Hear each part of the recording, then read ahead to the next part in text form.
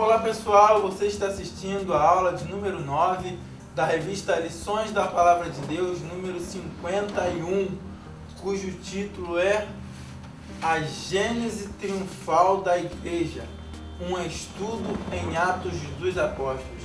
Fique ligado e abra sua mente para aprender mais.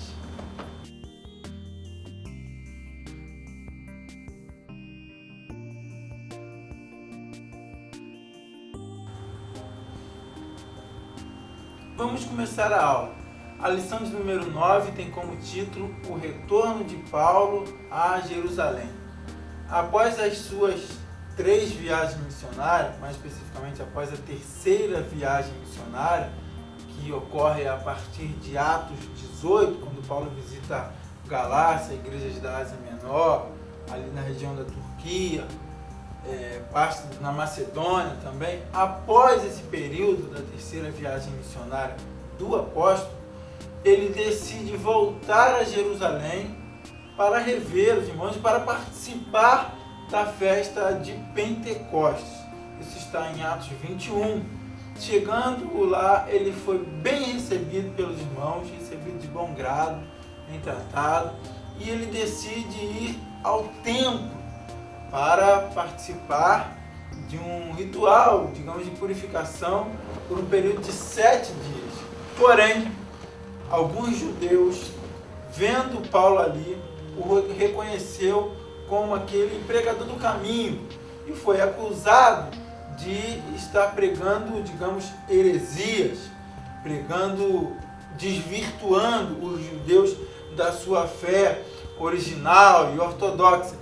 E com isso ocorreu um grande tumulto ali em Jerusalém, até que as autoridades romanas ficaram sabendo e Paulo foi levado até até o governador Félix, onde ele teve a oportunidade de se defender, de dizer o que ele estava fazendo, de contar toda a sua história, que ele era fariseu, era da tribo de Benjamim, também era judeu, apesar de ter cidadania romana, ter sido criado aos pés de Gamaliel.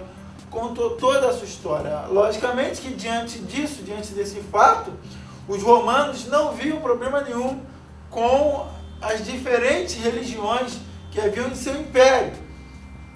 Os romanos não toleravam nenhum tipo de traição, nenhum tipo de motim e nenhum tipo de conspiração contra o império. Para eles, não importava a quantidade de religiões que houvesse em seu império, desde que eles não estivessem arrumando algum tipo de motim de conspiração contra Roma, alguma revolta, alguma revolução. Então Paulo se defendeu diante de Félix e até que o governador viu que não havia porquê de condená-lo, mas ao mesmo tempo, em um jogo político, precisava deixar as autoridades religiosas judaicas satisfeitas. Então ele não podia criar nenhum tipo de desequilíbrio. E as autoridades religiosas, na tentativa, armando uma cilada para Paulo, na tentativa de assassiná-lo, disseram ao governador que eles queriam ouvi-lo, eles precisavam ouvi-lo mais, que o Sinédrio precisava ouvir, saber mais informações a respeito de Paulo, daquilo que ele fazia. Porém, isso não passava de um plano para assassinar Paulo. Quando eles estivessem levando o apóstolo ao Sinédrio, eles iam dar um jeito de assassinar. Porém, o sobrinho de Paulo ficou sabendo disso e avisou o próprio apóstolo. E o governador também ficou sabendo. Para proteger a vida de Paulo, ele não levou Paulo ao Sinédrio, mas cerca de 200 homens, 200 soldados romanos, guardaram, vigiaram e conduziram Paulo até Cesareia.